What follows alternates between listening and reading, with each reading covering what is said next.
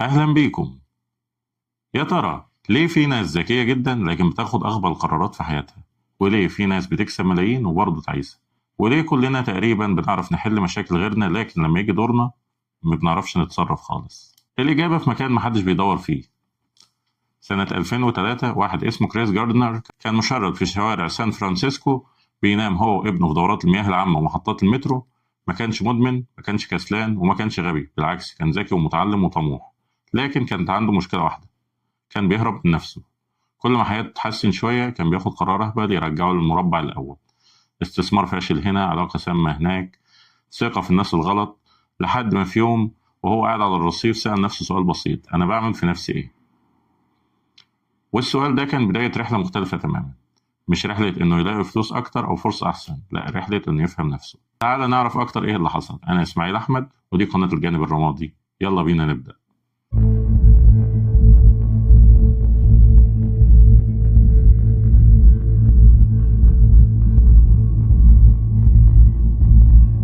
كريس جاردنر بعد سنين بقى مليونير، مش بس عشان اشتغل بجد لكن عشان أخيرا فهم إيه اللي كان بيدمره من جوه. والقصة دي اتحكت في فيلم The Pursuit of Happiness، لكن اللي الفيلم قالوش هو الجزء النفسي من الرحلة دي. في البداية ما تنساش لايك شير سبسكرايب وفعل زر الجرس عشان دايما يوصلك كل جديد.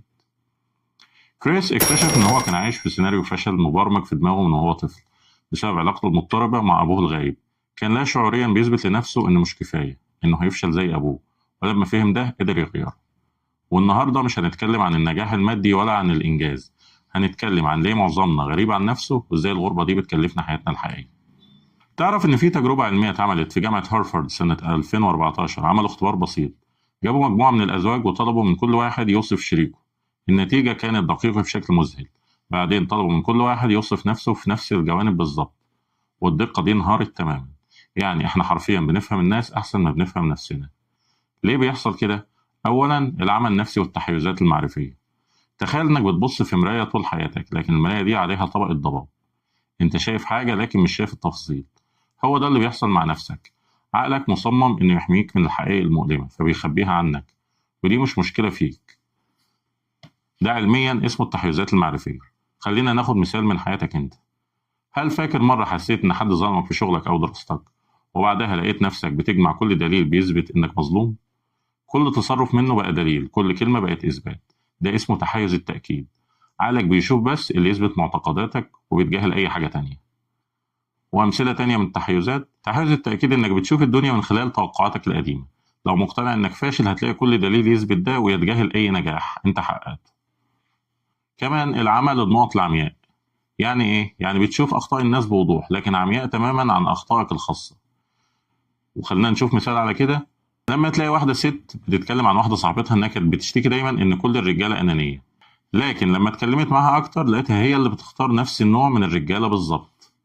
النوع اللي بيفكرها بوالدها المهمل، لكن هي ما كانتش شايفة الباترن ده خالص.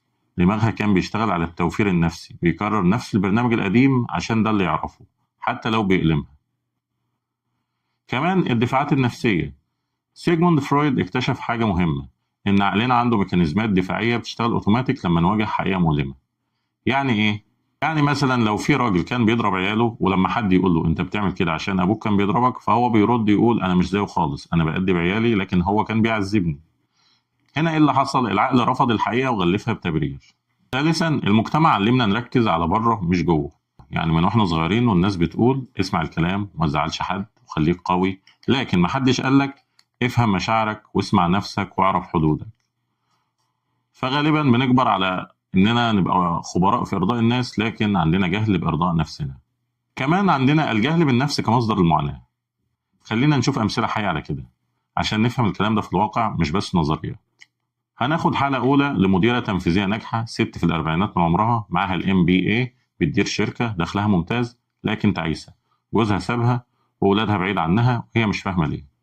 في الجلسات النفسية طلع إنها كانت عايشة على الأوتو بايلوت، يعني بتجري ورا النجاح عشان تثبت لوالدتها اللي ماتت من 15 سنة إنها ناجحة وقوية. طول عمرها كانت بتسمع منها أنت مش هتبقي حاجة، فقررت تثبت العكس، لكن في الطريق نسيت تعيش.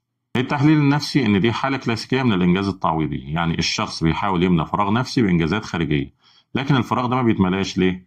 عشان المشكلة مش في العالم الخارجي، المشكلة في الإدراك الداخلي للذات. دي برمجة لا واعية من الطفولة، قالب داخلي اتخزن في عقلها وفضل يتحرك طول عمرها حتى لو الظروف اتغيرت. الحالة التانية شاب في العشرينات عنده قلق مزمن، طالب في الجامعة متفوق لكن عايش في قلق دايم.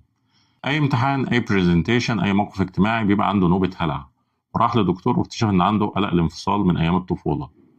أمه كانت بتهدده دايما إنها تسيبه لو ما سمعش الكلام، فهو اتعلم إن أي غلطة هتساوي هجر وفقدان حب. دلوقتي وهو كبير أي موقف فيه احتمال فشل بيخليه يحس إنه هيتهجر من الكل. التحليل النفسي ده اسمه القلق التوقعي، وده نابع من تجربة طفولية مؤلمة. العقل الباطن فاكر إن أي خطأ هيساوي نهاية العالم. ليه؟ عشان ده فعلا كان بيحصل زمان، اللي هو الهجر العاطفي من الأم. دلوقتي الموقف مختلف، لكن المشاعر لسه شغالة بنفس البرنامج القديم. كل طفل بيخزن التجارب العاطفية في شكل قوالب داخلية. القوالب دي بتتحرك طول العمر حتى لو الظروف دلوقتي بقت مختلفة تماما. خد بالك، مش مهم تحفظ المصطلحات الكبيرة اللي أنا قلتها دي، المهم تفهم الفكرة الكبيرة، إن الماضي بيكتب سيناريوهات الحاضر من غير ما يستأذننا، وإحنا بنمثل أدوار اتكتبت من زمان وفاكرين إننا بنعيش حياتنا. تعال نشوف الحالة التالتة. زوجين على وشك الطلاق، متجوزين من 7 سنين وكل يوم عندهم مشكلة شكل. هي بتقول له أنت مش بتحس بيا ومش بتسمعني، وهو بيقول أنت دايما زعلانة ومفيش حاجة بتعجبك. في العلاج الزوجي اكتشفوا حاجة غريبة، إن هي اتربت في بيت فيه أب صامت عمره ما عبر عن مشاعره، فبقت محتاجة تأكيد دايما إنها مسموعة. وهو اتربى في بيت فيه أم ناقدة دايما، فبقى بيدافع عن نفسه أوتوماتيك ضد أي حد بينتقده. والنتيجة إن كل واحد بيتعامل مع شبح من الماضي، مش مع الشريك الحقيقي قدامه. والتحليل النفسي هنا ده اسمه الإسقاط النفسي والنقل. كل واحد بيشوف في التاني صورة من الماضي وبيتفاعل معاها، مش مع الشخص الحقيقي. من غير فهم الديناميكية دي العلاقة بيبقى محكوم عليها بالفشل. بس استنى، قبل ما نكمل خلينا أقول لك حاجة مهمة. أغلب الناس مش محتاجة تغير حياتها، أغلب الناس محتاجة تفهم ليه حياتها كده أصلا، لأن الفهم هو أول خطوة حقيقية للتغيير. دلوقتي فكر لحظة، إيه البرنامج القديم اللي شغال عندك من غير ما تعرفه؟ الباترن اللي بتكرره في علاقاتك، القرار اللي بتاخده كل مرة وبيفشل، الخوف اللي بيمنعك من حاجة أنت عايزها. وخلينا ألخص لك علم النفس في فكرة واحدة بس، إحنا مش بنتألم من اللي بيحصل لنا، إحنا بنتألم من المعنى اللي عقلنا مديه للي بيحصل. يعني الطفل اللي اتساب كبر وهو فاكر إن الهجر شيء طبيعي وإن الناس بتمشي، والطفل اللي تم انتقاده دايما وهو صغير كبر وهو شايف نفسه ناقص مهما عمل، والطفل اللي محدش سمعه كبر وهو دايما بيصرخ عشان يتسمع، يا إما صامت خالص عشان مقتنع إن صوته مش مهم. والمشكلة إن العقل ما بيفرقش بين زمان ودلوقتي، وبيستخدم نفس البرامج القديمة حتى لو الظروف اتغيرت تماما وحتى لو الناس اختلفوا. دور بقى علم النفس هنا إنه مش بيغير الماضي، لكن بيخليك تشوفه، ولما تشوفه بوضوح بتبطل تعيشه. والأهم من كده إن دماغك مش ثابت. العلم أثبت إن عندك حاجة اسمها المرونة العصبية، يعني ممكن تعيد كتابة البرامج القديمة لو فهمت سببها. يعني أنت مش محكوم عليك بماضيك للأبد، أنت بس محتاج تفهمه الأول. طيب، في ناس بتفتكر إن علم النفس ده رفاهية أو حاجة للناس المريضة. الحقيقة إن علم النفس أداة بقاء أساسية في القرن ال21. تخيل إنك بتسوق عربية ما عندكش فيها عداد سرعة ولا مرايات ولا عداد بنزين. ده بالظبط اللي بيحصل لما تعيش من غير فهم نفسي لذاتك. علم النفس بيديك الوعي الذاتي الحقيقي، مش بس إنك تعرف إيه اللي بتعمله، لكن كمان ليه بتعمله. مش بس تعرف إنك عصبي، لكن تفهم محفز الغضب الحقيقي عندك، زي مثلا تعليق قديم من طفولة، ضغط اجتماعي، خوف مدفون. وكل ما الوعي الذاتي بتاعك يكبر ردود أفعالك تقل اندفاعا وقراراتك تبقى أكتر حكمة. كمان فك الأنماط المدمرة، يعني ليه بتكرر نفس الغلطات؟ ليه نفس نوع العلاقات الفاشلة؟ ليه نفس القرارات السيئة؟ ده برنامج قديم شغال في الخلفية. علم النفس بيوريك الباترن أو النموذج، بيفهمك ليه بتعمل كده وإزاي تكسره. 3. علاقات أفضل. لما تفهم نفسك هتفهم الناس، هتبطل تتوقع من الناس حاجات مش موجودة فيهم، وهتتعامل معهم بواقعية. هتعرف حدودك وتحترم حدود غيرك. 4. قرارات واعية. مش كل قرار هياخدك لمعالج نفسي تفهم ليه عملته. علم النفس بيخليك تفهم دوافعك قبل ما تاخد القرار مش بعده. 5. التحكم في مشاعرك، مش المشاعر تتحكم فيك، وده أهم حاجة. أنت مش مجبر تعمل كل اللي بتحسه. فهم مشاعرك بيسمح لك تتحكم فيها بدل ما هي تتحكم فيك. يعني حاسس بغضب ممكن تفهمه وتعالجه، مش لازم تنفجر. حاسس بخوف ممكن تواجهه ومش لازم تهرب. ده الفرق بين إنك تعيش حياتك وبين إنك تتفرج عليها. 6. صحة نفسية حقيقية، مش مجرد غياب المرض لكن وجود اتزان وفهم وسلام داخلي. وخليني أقول لك على مثال واقعي. في دراسة اتعملت على 1000 CEO في أمريكا، لقوا إن 80% منهم بيعملوا ثيرابي أو كوتشنج نفسي بشكل منتظم، مش عشان عندهم مشاكل لكن عشان فاهمين قيمة الوعي الذاتي. وخلينا نتفق على حاجة، الجهل بنفسك مش حياد، ده عدوان على حياتك.